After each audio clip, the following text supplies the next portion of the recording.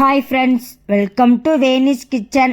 நாம் இன்றைக்கி என்ன பார்க்க போகிறோன்னா, பஞ்சாபி டிஷ்ஷான பைங்கன் பர்த்தா எப்படி பண்ணலான்னு இந்த வீடியோவில் பார்க்கலாம். இதை நீங்கள் சப்பாத்திக்கு வச்சு சாப்பிட்டிங்கன்னா அவ்வளோ டேஸ்ட்டாக இருக்கும். இந்த மாதிரி நீங்கள் டிஃப்ரெண்ட்டாக வீட்டில் ட்ரை பண்ணிங்கன்னா வீட்டில் உள்ளவங்களும் ரொம்ப விரும்பி சாப்பிடுவாங்க. அந்த பைங்கன் பர்த்தா எப்படி பண்ணலான்னு இந்த வீடியோவில் நம்ம பார்க்கலாம். அதுக்கு ஃபஸ்ட்டு நம்ம எக் பிளாண்டு சொல்கிற ஒரு பெரிய கத்திரிக்காவை சுட்டு எடுத்துக்கலாம். நீங்கள் டைரெக்டாக கேஸில் வச்சு சுட்டுக்கலாம், இல்லைன்னா நான் பண்ணுற மாதிரியும் சுட்டு எடுத்துக்கலாம். நம்ம கத்திரிக்காவை சுட்டு எடுத்துக்கிற அந்த ஃப்ளேவர் தாங்க இந்த கிரேவிக்கு ரொம்பவே முக்கியம். அதுதான் இதுக்கு டேஸ்ட்டு கொடுக்கும்.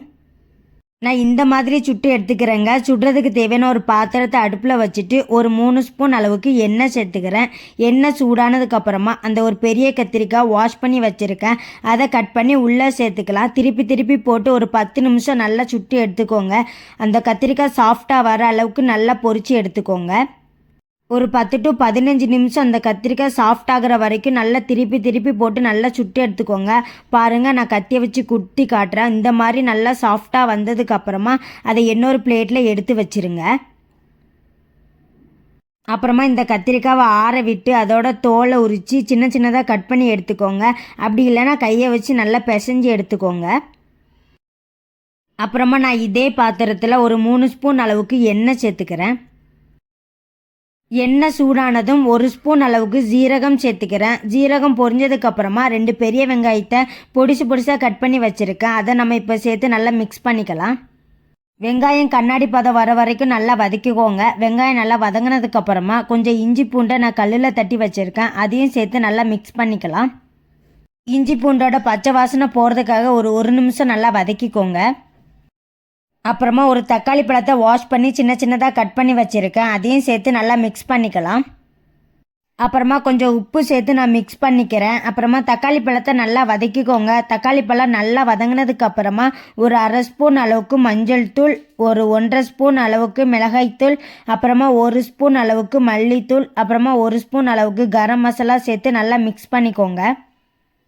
மசாலா சேர்த்து நல்லா மிக்ஸ் பண்ணதுக்கப்புறமா நம்ம சுட்டு வச்சுருக்க அந்த கத்திரிக்காவை தோல் உரித்து நான் நல்லா நசுக்கி வச்சுருக்கேன், அதையும் சேர்த்து நல்லா மிக்ஸ் பண்ணிக்கலாம்.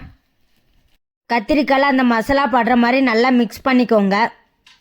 நம்ம சேர்த்துருக்க மசாலாவோட பச்சை வாசனை போகிறதுக்காக ஒரு 2 நிமிஷம் நல்லா வதக்கிக்கோங்க. கடைசியாக உப்பு செக் பண்ணி பாருங்கள். எனக்கு கொஞ்சம் உப்பு கம்மியாக இருக்குது, ஸோ நான் இந்த சமயத்தில் உப்பு சேர்த்து நல்லா மிக்ஸ் பண்ணிக்கிறேன். 2 நிமிஷம் ஆகிட்டு மசாலாவோட பச்சை வாசனையெல்லாம் போயிட்டு இந்த சமயத்தில் என் 1 கை அளவுக்கு கொத்தமல்லியை வாஷ் பண்ணி சின்னதாக கட் பண்ணி வச்சுருக்கேன், அதையும் சேர்த்து மிக்ஸ் பண்ணிவிட்டு அடுப்பை ஆஃப் பண்ணிவிடுங்க. அவ்வளோதாங்க, பஞ்சாபி ஸ்டைல் பைங்கன் பர்த்தா ரெடி ஆகிட்டு. இதே மாதிரி நீங்களும் உங்கள் வீட்டில் ட்ரை பண்ணி பாருங்கள். இந்த மாதிரி டிஃப்ரெண்ட்டாக பண்ணிங்கன்னா குழந்தைங்கள்லேருந்து பெரியவங்க வர ரொம்ப விரும்பி சாப்பிடுவாங்க. இதை நீங்கள் சப்பாத்திக்கு வச்சு சாப்பிட்டிங்கன்னா அவ்வளோ டேஸ்ட்டாக இருக்கும். நாங்கள் ட்ரை பண்ணனால நான் சொல்கிறேன், அவ்வளோ டேஸ்ட்டாக இருந்தது. இதே மாதிரி நீங்களும் உங்கள் வீட்டில் ட்ரை பண்ணி பாருங்கள். உங்களுக்கு இந்த வீடியோ பிடிச்சிருந்தா லைக் பண்ணுங்கள், கமெண்ட் பண்ணுங்கள், வேனிஸ் கிச்சன் சேனலை சப்ஸ்கிரைப் பண்ணிக்கோங்க. பாய் ஃப்ரெண்ட்ஸ், நெக்ஸ்ட் வீடியோவில் பார்க்கலாம்.